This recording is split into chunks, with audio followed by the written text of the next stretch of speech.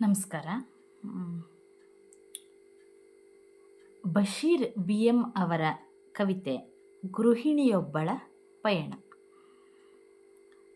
ಉಚಿತವೆನ್ನುವ ಕಾರಣಕ್ಕಾಗಿ ಸರ್ಕಾರಿ ಬಸ್ ಹತ್ತಿ ಕುಳಿತಿರುವ ಗೃಹಿಣಿ ನಾನು. ಎಲ್ಲಿಗೆ ತಲುಪಬೇಕು ಎನ್ನುವುದನ್ನು ಇನ್ನೂ ನಿರ್ಧರಿಸಿಲ್ಲ. ಕಂಡಕ್ಟರ್ ಟಿಕೆಟ್ ಹರಿಯುವ ಮೊದಲು ಅದನ್ನು ನಿರ್ಧರಿಸಿ ಬಿಡಬೇಕು.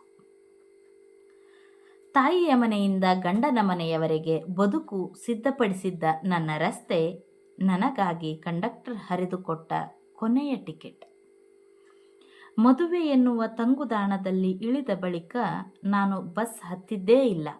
ಅದು ನನ್ನ ಕೊನೆಯ ಪಯಣ. ಒಂದಿಷ್ಟು ಹಣ ಬೇಕು. ಒಮ್ಮೆ ತಂದೆಯಲ್ಲಿ ಕೇಳಿದ್ದೆ. ಗಂಡನ ಬಳಿ ಕೇಳು ಎಂದು ಸಲಹೆ ನೀಡಿದ್ದ.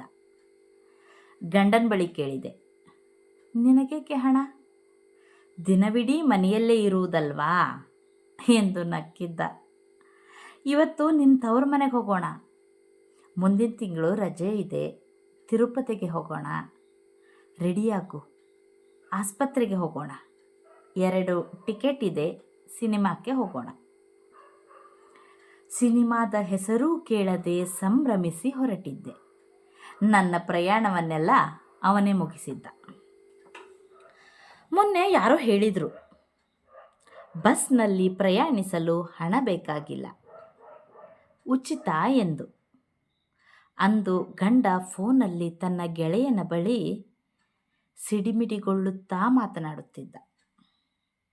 ಇನ್ನು ಹೆಂಗಸರನ್ನ ಕಟ್ಟಿ ಹಾಕುವವರೇ ಇಲ್ಲ, ಝಾಡಿಸಿದ.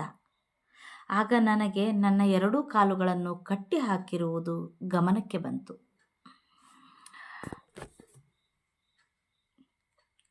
ಟಿಕೆಟ್. ಪುರುಷ ಕಂಡಕ್ಟರ್ ನನ್ನೆದುರು ಬಂದು ನಿಂತು ಎಲ್ಲಿಗೆ ಎಂದು ಕೇಳುತ್ತಿದ್ದಾನೆ.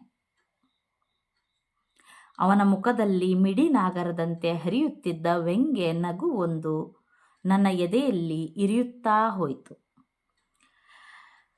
ಪುರುಷ ಕಂಡಕ್ಟರ್ ನನ್ನೆದುರು ಬಂದು ನಿಂತು ಎಲ್ಲಿಗೆ ಎಂದು ಕೇಳುತ್ತಿದ್ದಾನೆ.